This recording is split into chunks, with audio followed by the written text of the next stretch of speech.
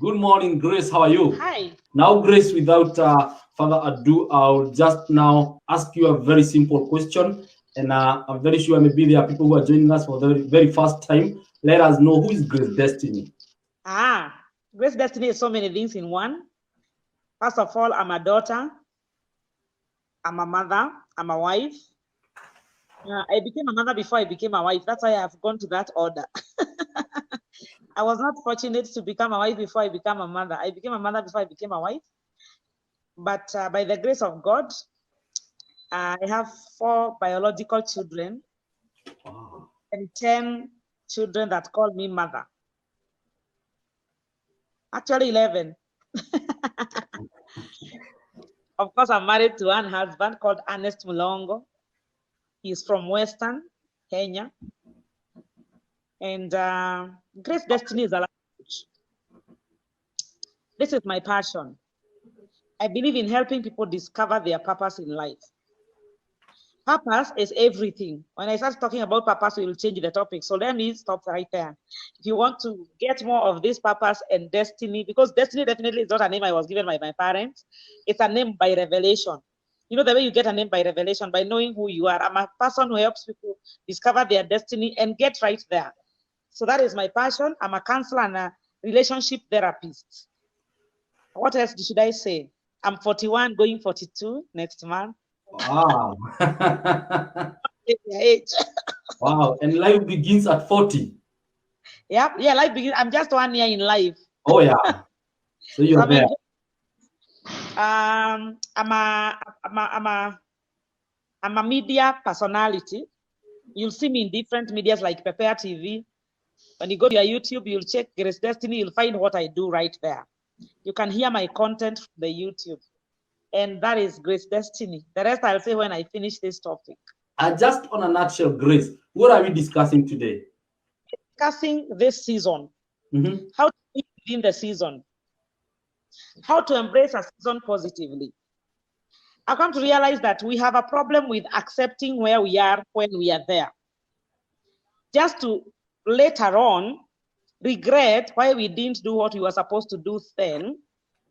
For example, right now, kids have been home for 1 year, almost, like in our country. Kids have been home for 1 year or almost. And that is the time they were everywhere and doing everything. They had a chance to revise everything they had never gotten from the past time they were in school, but they never did that. Now, when they go back to school, they start crying. Oh, I wish I read when I was at home. And that is natural with human beings. Unless you get a revelation of how to maximize your season, maximize. Because every season has a reason. Every season has a purpose. For example, this is January. A few weeks ago, we were in December, celebration mode. Everyone was all over. We were painting our cities red, Christmas mood, and end of year parties and everything. That was the season. There are people who never enjoyed that moment because they were worried about January. They were worried about paying bills in January, sending the school children back to school in January. So they overlooked the season of celebration and they never even enjoyed anything. Not because they didn't have means to enjoy, but because their eyes were in January. Right now, the season that we are in is tough because everyone is looking at the achievements of last year. Many people are looking at what they were supposed to do and they didn't do. And they are breaking their hearts because they can't just believe that this is another year coming. And I didn't achieve, just like I didn't achieve last year. And that becomes the major problem. Why are we speaking about this season? Maximizing our season positively, living within the season. It is because even in the scriptures, in the book of Jeremiah chapter 8, verse 11, 12, I'll check later and I'll post it on the comments or someone will check for us and post. Even the stars on the sky and the birds in the air, they understand their times. But Israelites do not know their time of visitation. They know their time of migration. What am I trying to say? If animals have timings and seasons, so are human beings. It is very unfortunate that we come to realize the essence of a season when the season is about to end, And so we don't get the best of that season. Unfortunately, we get to understand the season when it's just about to end. And so you end up missing out. Missing out is the word. You miss out on what you are supposed to achieve, miss out on what you are supposed to impact, because it's not just about you achieving and receiving. I want to understand in every season that you are in, you're supposed to impact a generation, you're supposed to impact a person, you're supposed to impact a group of people, a community, and at the same time, you're supposed to benefit. It is a two-way traffic. Now, in this moment, the reason why we need this topic at a time like this is because everybody has a blank check.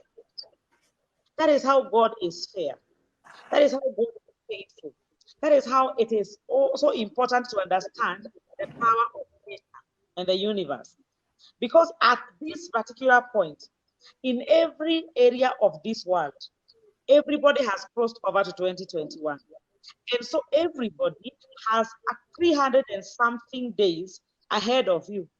You have 11 months and a few days to go for this year. This has not been given to the poor or to the rich. It is not to the learned or to the illiterate. It is neither to the whites or the blacks. Let me use that because I know this is a program from diaspora. And so we have all these sort of people. This is a chance given to every breathing human being. Those who did not achieve much last year were not denied 6 months. We have not been given, some of us who achieved so much last year were given 6 months, 12 months so that they can do more. And those who failed have been given 3 months as a form of punishment. No. We all have 12 months of the year to do. You have been given help so that you can achieve again. You can try it again. Now, in a season, everybody is supposed to understand their place because not everyone is in the same season with the other person. We are not in the same season. We are in different seasons. And I usually say, when you don't understand your season, you compete with others. If it's your time for sowing, like planting, don't look at those who are harvesting right now. When they were harvesting, maybe you were also, when they were sowing, you were harvesting. And now they are harvesting, you're supposed to be sowing. Concentrate on your season. And how do you come to understand your season? First of all, you have to know where you are. Before you know where you're going, you have to understand where you are. And I usually say, if someone gets lost in the city today, for example, in Nairobi, and you call someone and ask them, where is the way to, let me use Hilton Hotel. That is where everybody, when you know Nairobi, that is the first place you ever wanted to know so that you can locate where you're going from Hilton. I usually used to look for the building and then I would go there. Then from that point, I would trace my other direction. So if you got lost in the city and you are up there, upper Nairobi, there's upper Nairobi and lower Nairobi. And then you get lost in upper Nairobi and you want to go to River Road. Someone will ask you where you are. What can you see? Can you see where you are? And if you can't tell what you can see, nobody can help you on where you're going. You have to be seeing something. Someone asks you, what kind of a building can you see? What are the writings where you are standing? What can you see? Then you can be able to say, I can see archives. I can see the Stanley Hotel. I can see Stanbic Bank. I can see several features. And then that person who knows Nairobi will tell you from that direction, go to this direction. So you have to be able to tell where you are. The first part of success 2021 is to understand where you are. Where exactly are you? Did you end the year with debts or did you end the year with a saving in the account? Let me start with finances. Where did you end the year?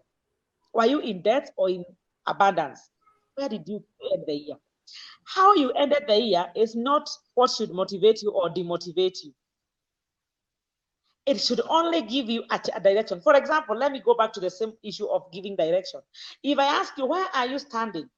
I am in Stanley Hotel. And where do you want to go? I want to go to OTC. I can't tell you to stay there because that is where you are. It is only a way of trying to figure out how to help you towards where you want to go. So where you are at the moment is not your destination. It does not determine your destination. It only helps us to know to which direction we are headed. Because if you ended the year with debts, you must start, first of all, by clearing them. Know how you are going to manage them. If you got to call people, I'm helping someone here because I understand. Last year was a tough year, and many people went into debts, into deeper problems than they were at the beginning. So maybe you ended up at the year at a very bad footing.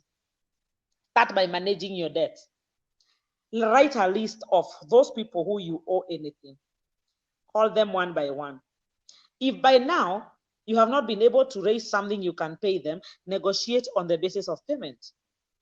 What will that do?